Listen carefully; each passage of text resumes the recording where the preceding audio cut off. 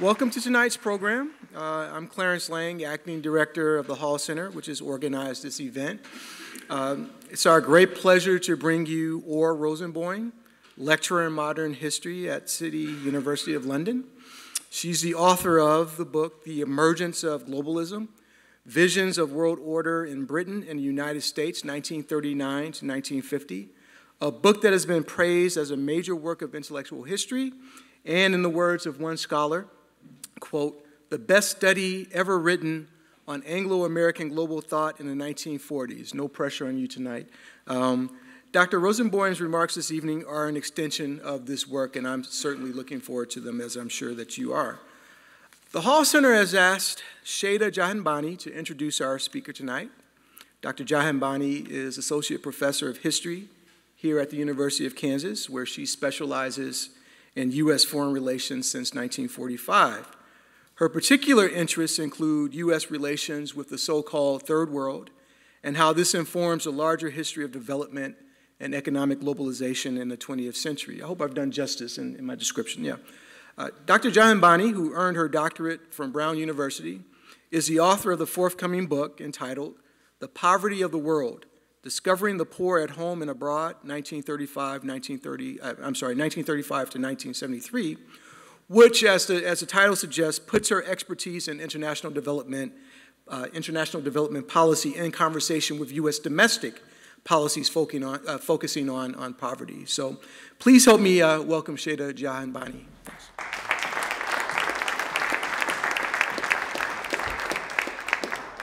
Thank you all. This is such a busy time to come out and listen to what I hope will be an enriching talk for you, so thank you for doing that. I'd also like to thank Clarence for introducing the introducer. I also want to take a very brief moment just to say thank you to Sally Utek, who's the Associate Director of the Hall Center, for bringing Dr. Rosenboim to KU. I made this request after reading Or's book this spring, and I really appreciate so much your consideration of my suggestion. The conversation that we're going to have here tonight, I think, is emblematic of how essential the humanities are to the public sphere, especially in these somewhat bewildering times. And the Hall Center, in spite of many pressures, continues to make this university and this community a place where important and civil conversations about the past, present, and future can and do happen. So we're very lucky to have this in our community. All right, so it's my pleasure tonight to briefly introduce you to a colleague of mine in the field of international history, Or Rosenboim. Although I try, of course, to stay up to date on new scholarship in my field, I can say that I've anticipated few books as much as I anticipated Orr's fine intellectual history, The Emergence of Globalism. That's partly because, even though I'm a historian and thus believe that everything is relevant, it seemed especially relevant in the year that we have all just experienced. In the autumn of 2016, as I told Or and some of my colleagues at a scholarly event yesterday, I was teaching my favorite class, Globalization and History and Theory. It's an undergraduate course that I teach partly as a lecture course on the history of global capitalism, and partly as a seminar in which I invite 30 or so students to use the skills of historical thinking that they've acquired, in the class hopefully, to debate contemporary questions about economics and politics. The course is political, insofar as it raises questions about the world we live in and asks students to think through and defend their own positions about state, market, what the responsibility is of a human being in the United States to a person halfway across the world. But as I said yesterday, it's rarely been as political as it was last year. And as it turned out, our central question for discussion and debate the week of November 8th, and thus our class session on November 10th, was, does globalization undermine democracy? As you might imagine, the events of that week transformed the context in which we were debating this subject and left all of us struggling to make sense of the things that we thought we knew. I was particularly heartened by the fact that you all who know KU know that the steam whistle signals the end of class. In that class session, which I was extremely reticent to undertake, the class listened, heard the steam whistle, and went on for another hour and a half as we sat around basically having an extended meditation on what the impact of globalization had been on American democracy. So into this space of quite prolonged confusion came this fine, sober, and precise piece of intellectual history, Or's book. It lays out important new scholarly territory, focusing not on the process of globalization, but on the idea of globalism in world politics, how that term, in a sense, came to make sense to people in the middle of the 20th century. Excavating the ideas of and conversations between intellectuals from across multiple academic disciplines and political perspectives, it retraces the genealogy of ideas like world federalism, functional cooperation, global economy, human rights, universalism, and pluralism. It also recreates a moment of despair, the 1930s and 40s, an era in which people of goodwill watched their world melt into depression and war, rabid nationalism, and militarized imperialism. Perhaps the most useful thing that historians can offer to the world is our commitment, in the words of C. Wright Mills, a historical sociologist, to making the familiar strange. And in a way, this very detailed and sophisticated piece of historical research helps us think through things that we take for granted every day in our debates about globalization. And so what I think is so important about this is the extent to which Orr reminds us more of what globalism actually was and helps us think then more soberly about what we might have lost or still have to gain. So to achieve this insight required a very demanding intellectual undertaking. Dr. Rosenboim had to master the literatures and methodologies as well as histories of a variety of academic disciplines in several languages. She acquired these skills over the course of her impressive academic training. She holds a PhD in politics and international relations from Cambridge, a Master of Studies in Global and Imperial History from Oxford, a BA summa cum laude in Modern History from the University of Bologna in Italy. She completed this manuscript while serving as a junior research fellow at Queen's College, Cambridge, and a teaching associate at the Center for Gender Studies, also at Cambridge. She's held visiting studentships and fellowships at the University of California, Los Angeles, the University of Chicago, and Sciences Po in Paris. This diversity of experience is reflected in the pages of this book, and I'm sure you'll get a sense of that in this talk. As an aside, I also learned last night that she owns an academic title perhaps less relevant to tonight's talk, but dazzling nonetheless. She's a graduate of the Cordon Bleu and an accomplished pastry chef. I have done an enormous amount of emotional eating in the last year, so I feel that maybe even this is sort of relevant to our subject. From her interest in the history of fashion to her next project on nomadism and food in the history of the Mediterranean, Dr. Rosenboim has proven herself a vibrant and flexible thinker whose ability to master a variety of languages and literatures, let alone ideas, benefits us all as we try to put our strange moment in context. So I'm excited to introduce you to Or Rosenboim tonight.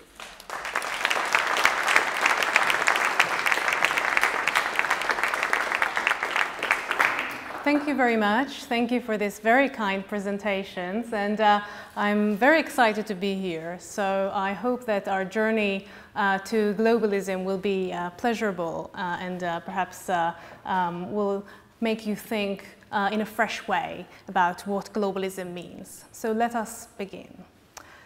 In current political debates, globalist theories are attracting a great deal of attention. The presumably omnipresent processes of globalization invite politicians, commentators, and pundits to declare themselves in favor or against global politics and globalist ideologies. Yet, taking sides is not always easy. I'm a nationalist and a globalist, Donald Trump told the Wall Street Journal in April 2017. I'm both. This statement may come as a surprise to those of you who listened carefully to Trump's election promises. During a speech in Washington back in April 2016, Trump declared that we will no longer surrender this country or its people to the false song of globalism. Last year, Mr. Trump was not the only one to attack globalism. Supporters on the right-wing website Breitbart also targeted the old globalist vision as a gospel, a new kind of religious faith of murky international enterprises seeking to abolish national borders and undermine democracy. Breitbart's pseudonymous writer Virgil described globalism as the liberal, capitalist, and anti-democratic ideological alternative to nationalism. Globalism became a slur. Given the anti-globalist views of Trump and his supporters, it may be surprising that this April Trump was able to take such a remarkable U-turn on his previous campaign declaration and depict globalism and nationalism as compatible. More than anything, Trump's apparent change of heart flags the lack of current clarity surrounding the term globalism today. So if we want to understand the meaning of globalism in the age of Trump, we need first to look back at the historical development of this idea. So today I will suggest that the idea of globalism in transnational political debates emerged during and soon after the Second World War. In the next hour or so, I will take you on a journey back in time to the debates that signpost the emergence of globalism in political thought. This conceptual time travel will help us to rethink the competing meanings of globalism and the political strategies that this concept has implied in the 1940s and maybe also now. In the 40s, many political commentators in Britain and here in the US grappled with concerns about the future of the world after a devastating world war. They thought that the war created a window of opportunity to rethink international relations and draft a new blueprint for world order. The idea of order embodied an attempt to make sense and reorganize the belligerent and disordered world. They were hoping to overcome the political chaos that they saw as the tragic consequence of social strife and economic struggles of the interwar years. A new world order did not necessarily imply a rigid or homogeneous system. Rather, as we shall see, many conceptions of world order revolved around the aspiration to accommodate change and flexibility as valuable and desirable aspects of human life. So the tension between order and instability remained a central aspect of mid-century political thought. Thinking about world order started as early as 1940. When the US State Department set up new working groups on reconstruction even before the US had joined the war. Similarly, at Chatham House in London, which is the Royal Institute of International Affairs, working groups on world order started their discussions in the early stages of the war. There was not a moment to lose. The feeling of urgency generated a new and sometimes ambitious visions of the world to come. Mid-century thinkers reflected on the meaning of globalism as a political concept. They drew on ideas that came from philosophy of science, anthropology, law, geography, geopolitics, and economics. They generated many competing definitions of globalism. Yet all of these shared the idea that the growing technological interconnectedness of the world required an effective political response. The word global was used to invoke a different political order than the international, transnational, or cosmopolitan spaces of politics. The international attributes importance to the nation or the state as the basic components of world order. The transnational space explores phenomena like disease or migration, which evolve across state borders and interest two or more states. Cosmopolitanism, by contrast, typically assumes that all human beings are part of one human community that should orient their political and moral allegiances accordingly. Now, globalism is different from all of these ideas. It emerged from an awareness of the political significance of the globe as a unitary whole made of interconnected yet diverse political units. Globalism implied that politics had to be measured on a planetary scale. This idea was based on the assumption that post-war order should reflect the spatial unity of the globe, which was made increasingly evident by technological innovations like flights and communications. Globalism implied a new awareness of the diversity of the world and an attempt to conserve it. So the world of the 1940s was changing. The telephone and the wireless radio became household gadgets. As you can see here, this is a commercial ad for telephones from the early 1940s. And flights were also increasingly more common, if not perhaps commercial flights were not yet available for every pocket.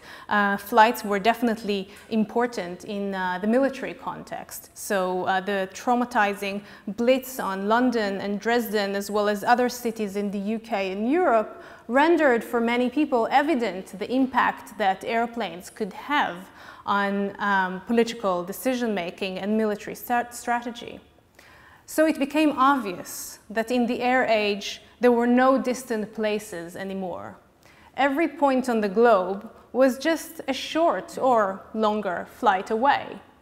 For mid-century thinkers, these innovations were world-making novelties, capable of radical transformation of global political, economic, and cultural relations. Today, these technologies may seem very limited indeed in comparison with a much higher degree of interconnectedness that we experience thanks to the internet, low-cost commercial flights, and even the cartographic revolution of Google Earth that makes every street in the world accessible to us from the comforts of our sofas. But what matters for our discussion today is the perception of the political implications of technological change. Interconnectedness may be an ongoing and maybe never-ending process, which certainly did not begin in the 1940s and did not end then. But the important innovation in mid-century political discourse was that thinkers highlighted the need to find a distinctly political answer to the condition of interconnectedness. Technological transformations had, for them, clear, yet not necessarily consensual, political effects. They discussed these implications under the banner of globalism. A famous symbol of mid-century interpretations of politics and technological interconnectedness is the 1942 world tour of Wendell Willkie, the ex-presidential candidate for the Republican Party who lost the elections to Franklin Roosevelt in 1940, although in Kansas he won by the majority of votes. Willkie embarked, with the president's blessing, on a world tour of goodwill in an airplane.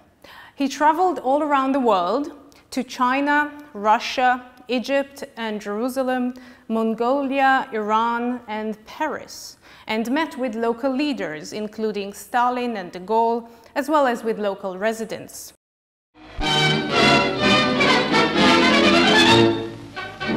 The airport in Cairo receives another celebrated visitor to Egypt. Mr. Wendell Willkie, as President Roosevelt's personal envoy, arrives by plane on a tour of the Middle East war areas.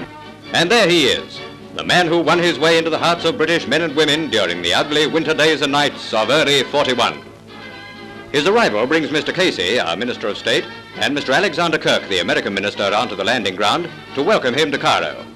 It's the same Wendell Willkie we knew, with the wayward hair and the ready smile. Yes, Mr. Willkie wants to know, and as the representative of America's great president, he is afforded every facility to see for himself how the combined Allied forces out there are rolling up their sleeves for another round with Rommel.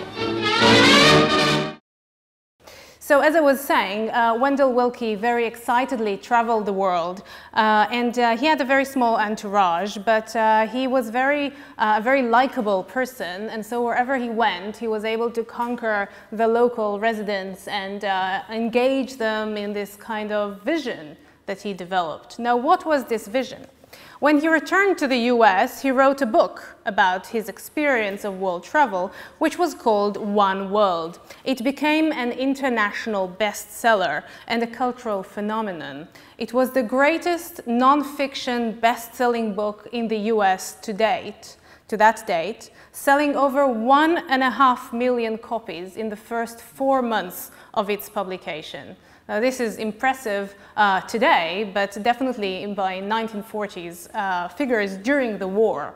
So you can imagine, with the restrictions on paper, that it was really very engaging for people to read. Now, his book is a very moving and colorful commentary on disparate topics, from the beauty of Mongolian deserts to Mount Scopius viewed from the air, from Charles de Gaulle's Beirut home in exile, where, and I quote, every corner, every wall had busts, statues, and pictures of Napoleon, to an enthusiastic analysis of Stalin's wardrobe and the Chinese economy under the nationalist leader Chiang Kai-shek. So you got a bit of everything there. But the general message was that there were no longer distant places in the world. One could easily travel to any remote spot, meet its inhabitants, and discover their lifestyles and opinions. The aerial gaze, from the bird's eye viewpoint, proved that the Earth was a unified, interconnected globe.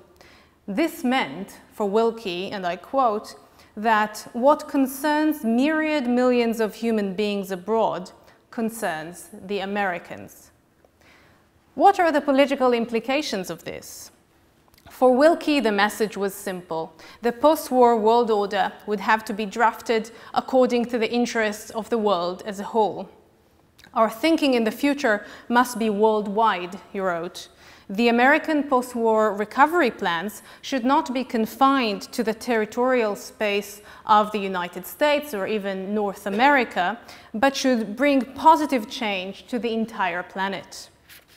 Globalism meant, therefore, an awareness that the interconnected unity of the globe had political implications. So Willkie gave a powerful expression to this idea, but he was not the only supporter. Today, we will meet some of the globalists who advanced this ideology in the 1940s.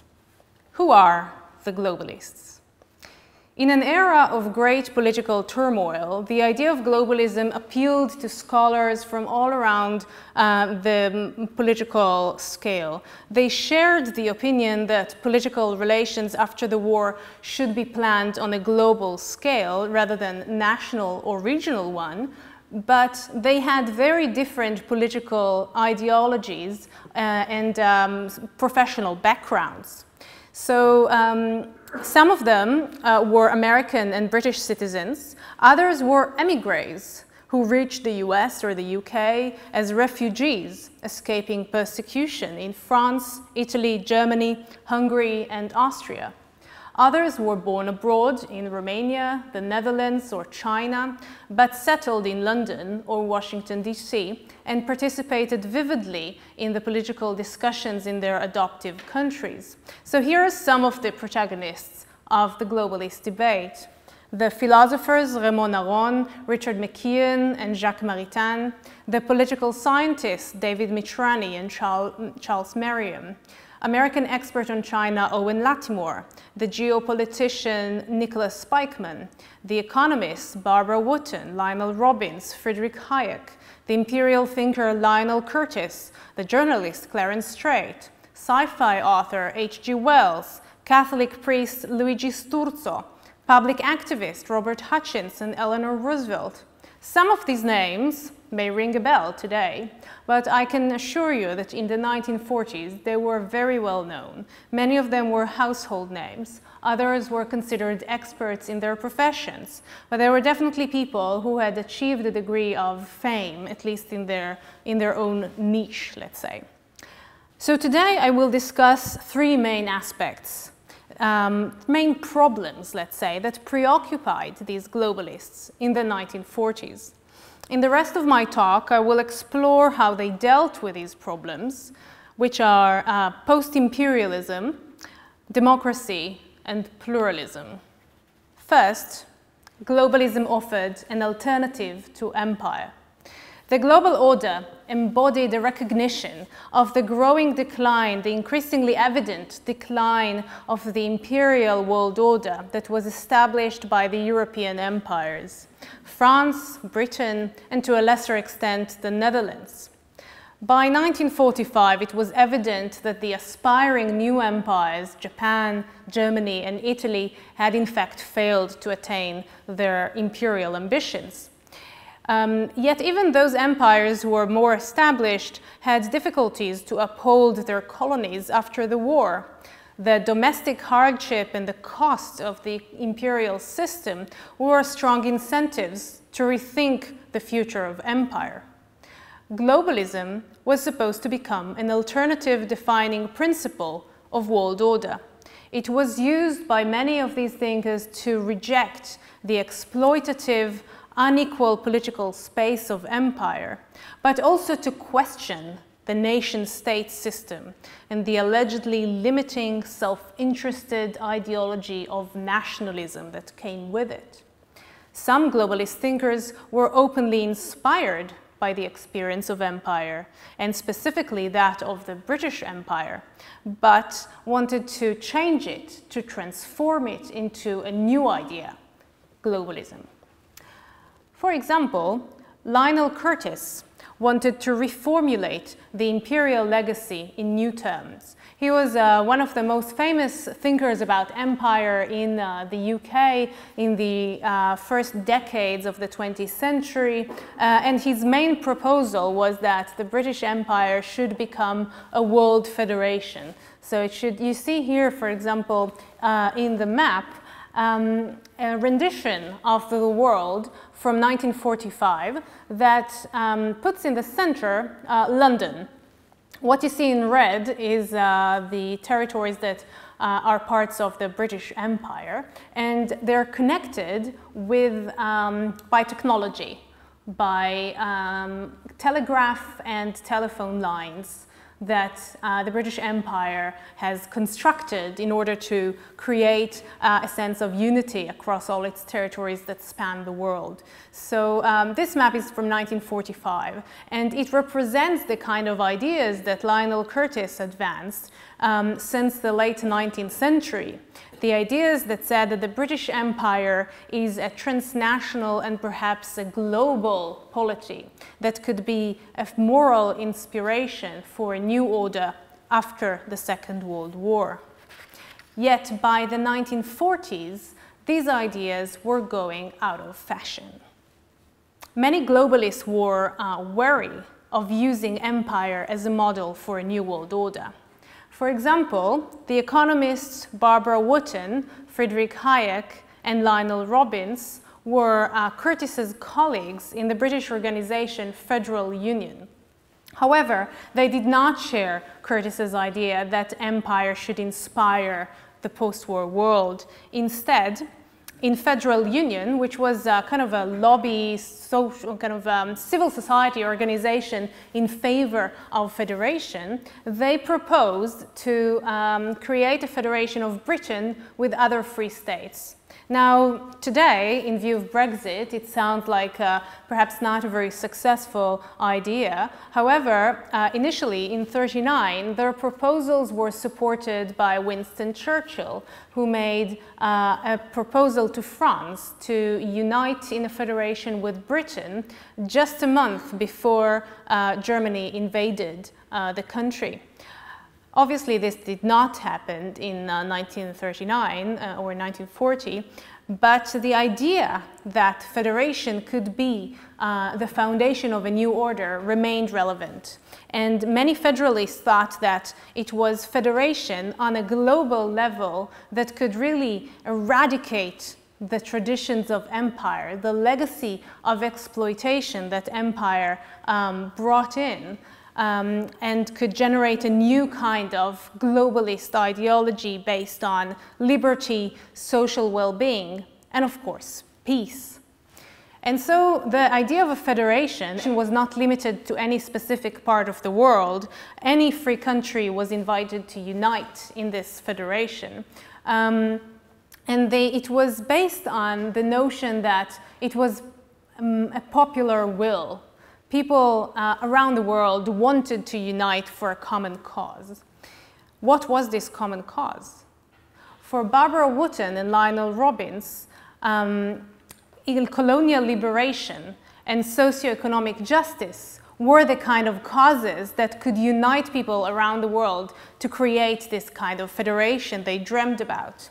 And so the notion of free movement of labor and free migration, free movement of capital and free trade across borders generated a lot of enthusiasm in Britain for their proposals of federation. And so for them, a federation could be a viable alternative to the empire that was exploitative and generally undesirable.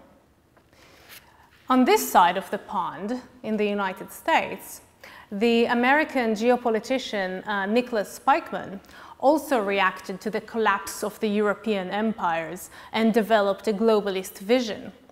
Like Federal Union, he rejected the imperial exploitation and considered large-scale polities, like federations, as desirable. However, his global vision aimed primarily to preserve the dominance of the West and transform the United States into a new world hegemon. He was born in the Netherlands, and he became a very influential political scientist here in Yale.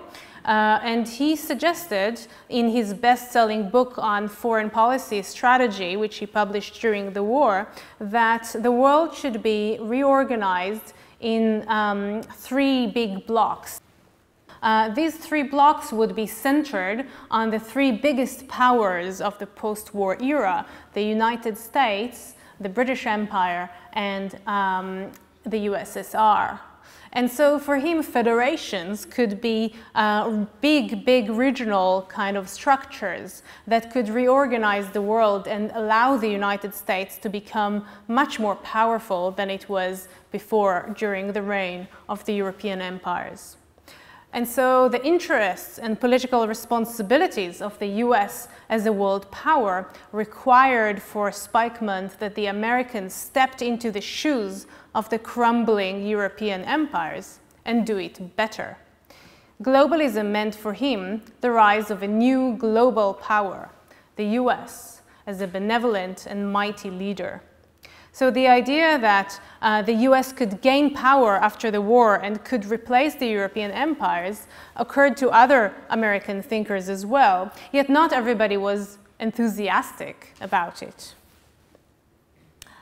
Owen Lattimore was an expert on China. He spent his childhood there, and he returned there in 1942, another envoy of Roosevelt, on this goodwill mission. And you can see him here having a chat with Chiang Kai-shek, who was the nationalist leader of China before the Civil War.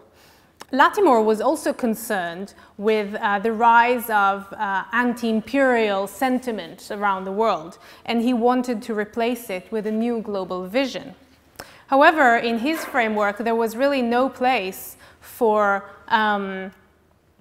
this kind of new imperial power that the United States could become.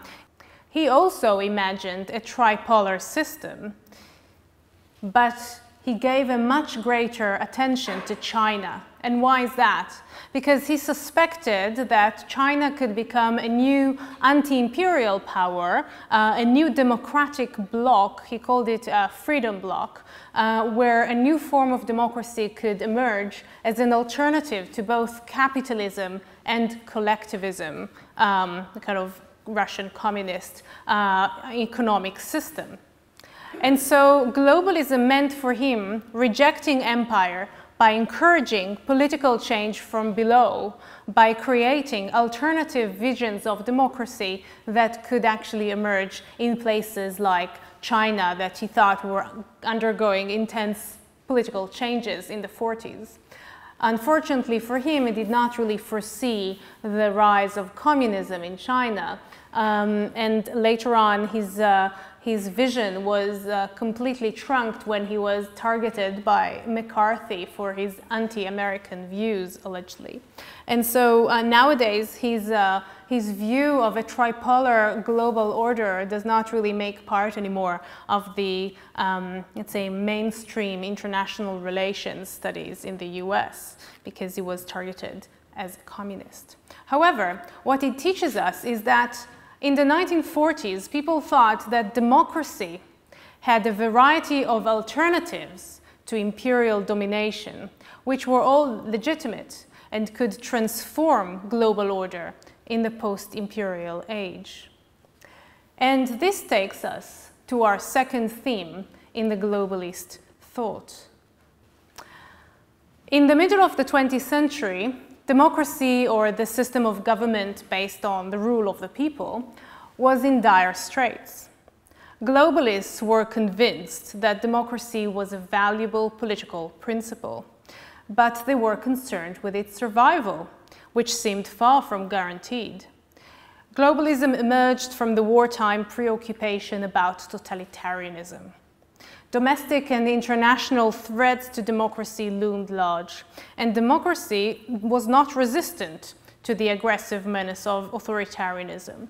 A dictator could undo relatively quickly the political institutions and social bonds that held democracy in place.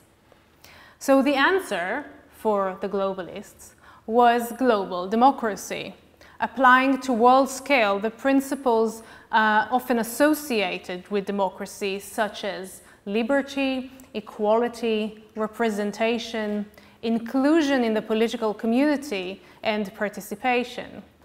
The greatest challenge for the ideologues of globalism was creating a new global political subject. The globalists tried to imagine a world that could have also a global citizen alongside the national citizen. The way to achieve that for them was to create global democratic institutions.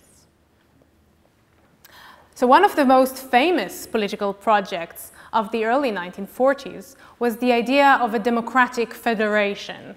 The American journalist Clarence Strait wrote a wartime bestseller book about the union of all the world's democracies, which were typically located in Western Europe, North America, and the British Empire's dominions. So Canada, Australia, South Africa, and he's here indicating on the globe where these democracies are located. So he tried to really reach out to an audience and to explain to them that a state doesn't have to have territorial continuity. You could have a state that is a federation that's spread all around the globe, and this could be a successful political project. How? Well, for him, the answer was quite clear.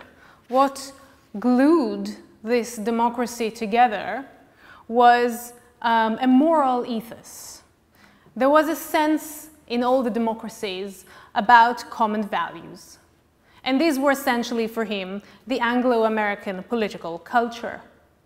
However, unconsciously perhaps, he supported a very common trope of imperial discourse, which we can see here in the illustration on the left, that highlights the common values of the United States and the British Empire, these sister nations, which you can see above, which share the common ideas of freedom, fraternity, civilization. However, Strait was much more successful than perhaps these earlier imperial visions. He did attract a lot of attention, and his book became even a compulsory reading in high schools in the United States in the early 1940s. However, the idea that empire could inspire a change towards global democracy was not really very long-lived because it had a downside. Straight was not interested in the destiny of those left out of his federation, especially the colonies and the dependencies of the European democratic or so-called democratic empires. One of the strongest attacks against Straight came from George Orwell, the British writer, who did not disapprove of the federal idea on principle. However, he sharply criticized Straight's ideas in a very provocative article with the non-very politically correct title, Not Counting Niggers. Orwell argued that the presumed Western democracies that Straight was so enthusiastic about were in fact empires based on exploitation, inequality, and racial discrimination, and so not so much democratic after all. Moreover, the plan for a union of democracies ignored the non-white populations of the British Empire. In Straight's view, only the white people who were part of the empire were invited to join this federation. The possibility of the dependencies, as they were called, to become active participants in the new global order was very limited indeed. Straight thought that the New World Order must be in some way democratic, yet his union of democracies excluded those who were most in need of democratic liberation, the colonies, as well as the resisting subjects of totalitarian regimes in Europe and Asia. Orwell's criticism showed that before thinking about global democracy, the globalists had to think about what democracy actually meant at their time. Many mid-century democracies did not, in fact, stand for the values that they allegedly embrace, such as equality and liberty. This led some globalists to think that democratic regimes were not only about formal structures, but also about values. Lewis Mumford, the American cultural critic, thought that formal democracy was not enough to create a free and prosperous global world.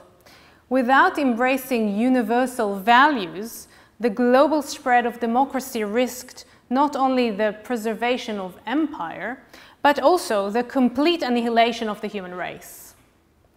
After 1945, after the United States dropped the atomic bombs on Hiroshima and Nagasaki, Mumford published an article in the Saturday Review titled, "Gentlemen, You Are Mad." The political leaders of the world, even those elected democratically, were guilty in his eyes for leading the world to its destruction. Democracy was a great achievement, but it was not enough to prevent humanity from destroying itself with technologies of mass death. The globality of war and technology demanded for him a global plan to save democracy. Mumford wrote in his diary that nothing will be a proof against the suicide anxiety except an absolute submission to a universal standard of behavior. For him, it was all or nothing, total destruction or a universal community. He thought that democracy could establish itself on a global level, but people needed to embrace a universal, a global set of values that were associated for him with a true democracy, like charity, unrequited generosity, brotherhood and sisterhood. So Mumford, like other globalists, suggested that a universal code of moral behavior, which could be discovered and shared worldwide, was the real foundation of the globalist vision.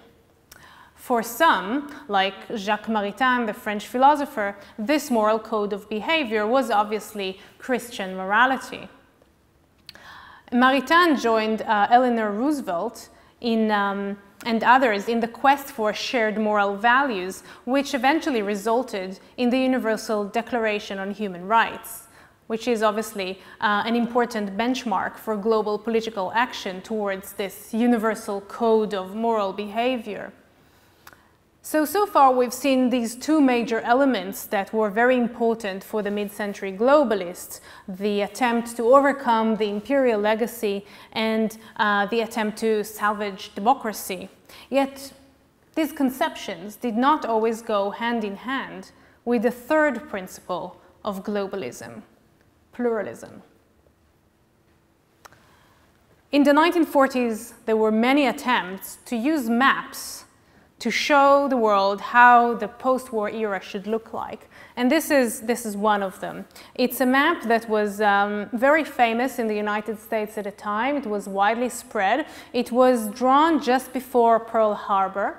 And it depicts the post-war world as a pluralistic order based on regional federations, each colored in a different shade. And its motto was quite indicative of the ideas behind it.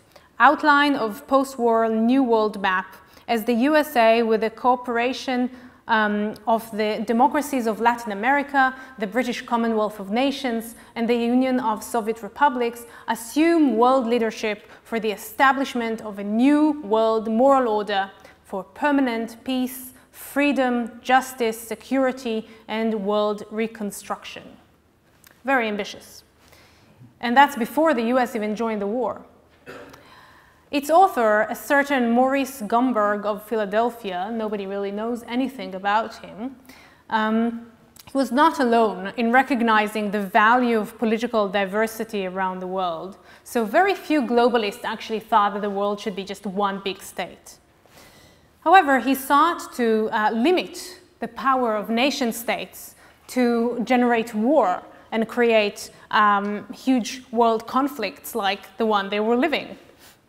And so they tried to embrace this diversity and pluralism while insisting that some global moral values were needed. And so globalism allowed a place for nationalism and national sovereignty while suggesting that some human needs and practices transcended national borders. Globalism did not mean political and social chaos, but organized diversity. This is briefly the map. So earlier, we saw that globalists were convinced that democracy embodied some common values that could be universal. And you can see here in the image Eleanor Roosevelt holding the Universal Declaration of Human Rights as this really famous exploration of what brings us all together, what is common to all the people around the world. Yet it was not the only attempt to think of what makes people similar. Another attempt, which was very famous in the 40s, was the Chicago World Constitution. So after the US dropped the atomic bomb, a group of academics at the University of Chicago thought that it was really their duty to prevent a world destruction. And so they gathered up 15 very famous scholars, including some of the leaders of their professions at the time. They gathered in a group and they spent the next 2 years trying to write a world constitution. They thought that this was really their duty to prevent the rise of war, strife, dictatorship, and atomic mass destruction. Now, their idea was not to unite just the democracies, like Clarence Strait suggested, but to create this global pluralist framework that could also include non-democratic but sympathetic states, as they put it, such as Saudi Arabia and Russia. So the global age required for them cooperation across global political boundaries. Fearing a third world war or an atomic Armageddon, they wanted to avoid the renewal of conflict between democratic and non-democratic states. The constitution that they wrote was meant to set the foundation for a world democracy, a legal and political structure that could preserve the existing states, but also create another level of politics that was to have a global parliament, a global tribunal, and perhaps even a global standing army. They based their constitution on contemporary other constitutions that were written in Japan, Czechoslovakia, India, France, Ceylon, the Philippines, and Israel. So they tried to make their constitution as global as possible. However, it was still criticized as Western-centric, too similar to the American democracy, not inclusive enough, and in fact, among this group of constitutionalists, there was no representative of the global South, there was no representative of Soviet Russia. It was, in sense, a repetition of the same kind of ideas that these constitutionalists tried to reject. So what are the afterlives of 1940s globalism? What is really the sense of all these historical episodes that I shared with you very briefly today? What was the long-term contribution of these thinkers who struggled and really put a lot of time and effort into thinking the idea of the global in the 40s? So for them, globalism was more than a political slogan. It was a complex and multifaceted worldview that had advantages and limits. It was an ambitious plan to find an adequate response to the global interconnectedness of the world, a condition that only enhanced in the last 70 years. Mid-century globalists sought to balance between unity and diversity, pluralism and planetary interconnectedness. It was a difficult task to accomplish, and no wonder that their success was partial at best. Not all of their political projects were realized, and their political ideas were marred with contradictions. What does this brief history of globalism as a political idea tell us about the meaning of globalism in the age of Trump? Are the Trumpists targeting globalism in vain and seeing nefarious forces which are not there? Or has globalism changed into something different since the 1940s? The answers to these questions depend largely on how we define globalism. And so globalism remains, I suggest, linked to a core conviction about the importance of global interconnectedness to politics. It implies that effective policymaking needs to be grounded in a global understanding of political relations. It challenges the idea that national, regional, or international political decisions could be detached from their global implications and causes. Yet the ideologues of globalism have never agreed on one political strategy as the appropriate answer to technological interconnectedness. Each globalist plans had a completely different vision of the world. And so I would suggest that what united them was that they approached the political problems of their age, democracy, empire, and pluralism, as global problems. 7 months ago, President Trump asserted that there is no such thing as a global anthem, a global currency, or a global flag. This is the United States of America that I am representing. Yet Mr. Trump offered at best a caricature of globalism, which is far from the historical meaning of the term. As historian Stephen Wertheims argued, the American president may decry globalism, but he assigns the United States no less global a role than his predecessors. It is difficult to suggest that Trump is exclusively a nationalist. Recent American foreign policy decisions reflect, albeit inconsistently, some affinities with a globalist approach which measures political decisions on a global scale. The aerial bombardment of Syria suggests that Trump sees American interests in terms of militant, proactive globalism. The close engagement with Iran and North Korea similarly sees American interest in a global, not regional perspective. This is not far from what Willkie argued, that what concerns myriad millions of human beings abroad concerns the Americans. At the same time, it is worth noting that other decisions, such as the rejection of the Paris Accord on climate change and the retreat from UNESCO, set nationalist boundaries to American global obligations. So Trump may not reproduce the same patterns of mid-century globalism, which highlighted cooperation and institutional frameworks, but his approach does not represent a full repudiation of globalism either. Even his active Twitter account proves that the intense technological interconnectedness of the world conditioned his political convictions.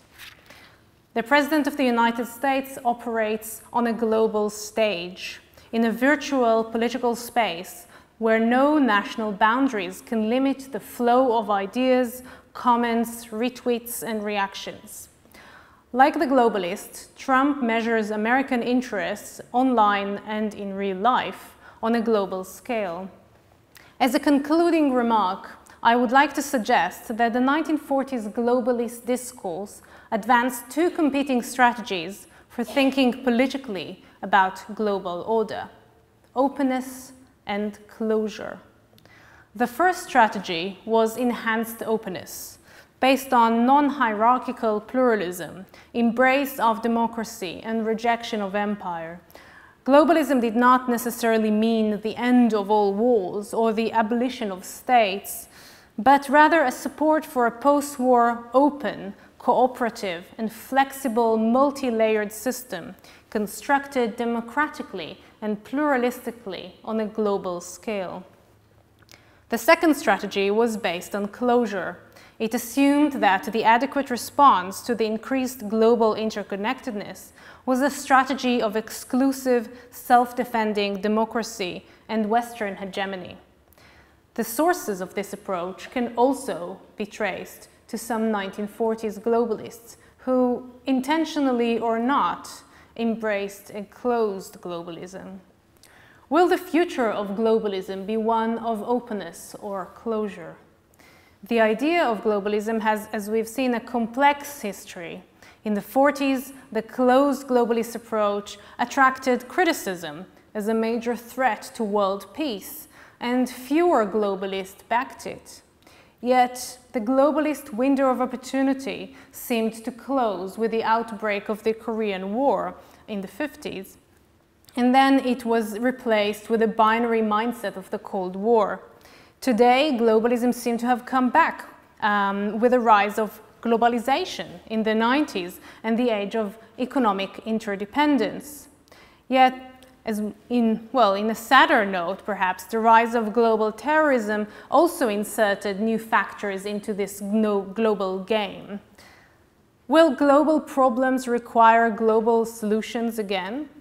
It is yet to be seen how the tensions between openness and closure will unfold in the future.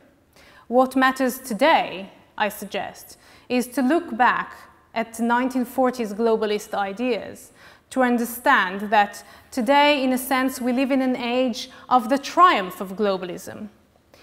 It is basically impossible to do politics today without considering the global implications and causes of political decisions. The globalist discourse helped envisage multiple ways in which the world could be ordered after the war. Not all of these ideas delivered on their promises of liberation. Some ended up embracing exclusionist, discriminatory, or self-congratulating visions of world order. The historical account of globalism, however, enriches our political imagination and offers a warning about the possible contradictions of the globalist approach to politics. Nowadays, in the age of Trump, when political relations are evidently defined by the global interconnectedness of the world, thinking politically about the global space seems more necessary, even inevitable. Understanding the history of globalism provides us, I suggest, the tools to do so. Thank you very much.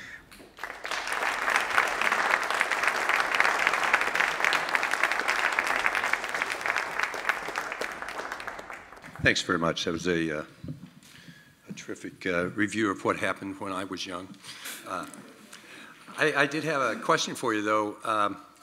It would appear to me in our current age, we're having a lot more tribalism, social media-driven tribalism, perhaps, the media also perhaps driving it. And I'm wondering how you think globalism will work in the time of I'm a left-wing Facebook or a right-wing Facebook, and there's no in-between. I want to know how you feel that will affect globalism. Thank you. First of all, just to be clear, I'm not here as an advocate of globalism, so it's not a political cause that I necessarily feel concerned to promote. However, for your question, I think that the answer is already implied in the way that you asked it, in the sense that Facebook is already something that connects a lot of these people together. And so the kind of technological platform, at least for overcoming, in a sense, tribalism exists. Yet I think that what really this 1940s idea of globalism suggested that you don't really need to erase the kind of, well, as you called it, tribalism or the particular association. So people can actually feel themselves related to more than one political cause and political order. So I'm not sure that we need to overcome tribalism, but it seems to me that a lot of these big questions of politics are difficult to limit today to the kind of tribal sphere. So we tend to measure them on a global sphere as well, and I think it's worth acknowledging and perhaps reflecting on. So, so I'm not sure that there is actually such a big distinction today between the tribal and the global. I think these spheres are very much interconnected, but we're not always very careful about doing this distinction. And maybe we need to understand how these spheres are interconnected to sort of know more about how to respond to them.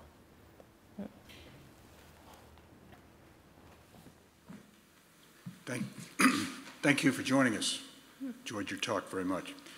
A couple of months ago, there was an op-ed, as I recall, in the Wall Street Journal, written by Tillerson and Mattis, I believe, which was a firm denunciation of the idea of global community, and essentially said, it's every man for himself, only they said it's every nation for itself. How do you appraise that, and what role do you think it plays in the theme you're talking about? Yeah, I think we live in a very contradictory age, in the sense that some of the political communications that we experience are not always in line with what we see in action. And it seems to me that, as the gentleman before suggested as well, people perhaps find it more necessary and more reassuring to refer back to the kind of tribal or local dimension of politics. But I doubt that, in fact, politics are limited to that dimension. And so my suspicion is that these are rhetorical memes more than actual political decisions. I strongly doubt that the United States is going to turn away from the world as was initially suspected. And so I think that these kind of rejection of world community, in a sense, the world community has never existed, let me tell you that. So I don't think that there is, in fact, a world community. I think all of these ideas are used to promote specific actions and specific politics in a specific time. And so sometimes it makes more sense to talk about a world community in order to pass a certain decision, such as the Iran kind of weapon control scheme and so on. However, it is always in a rhetorical sense that this term is used as much as its rejection. So I really want to distinguish between the level of rhetoric and the level of actual politics. And I think that politics remains more global than a lot of these people want to admit.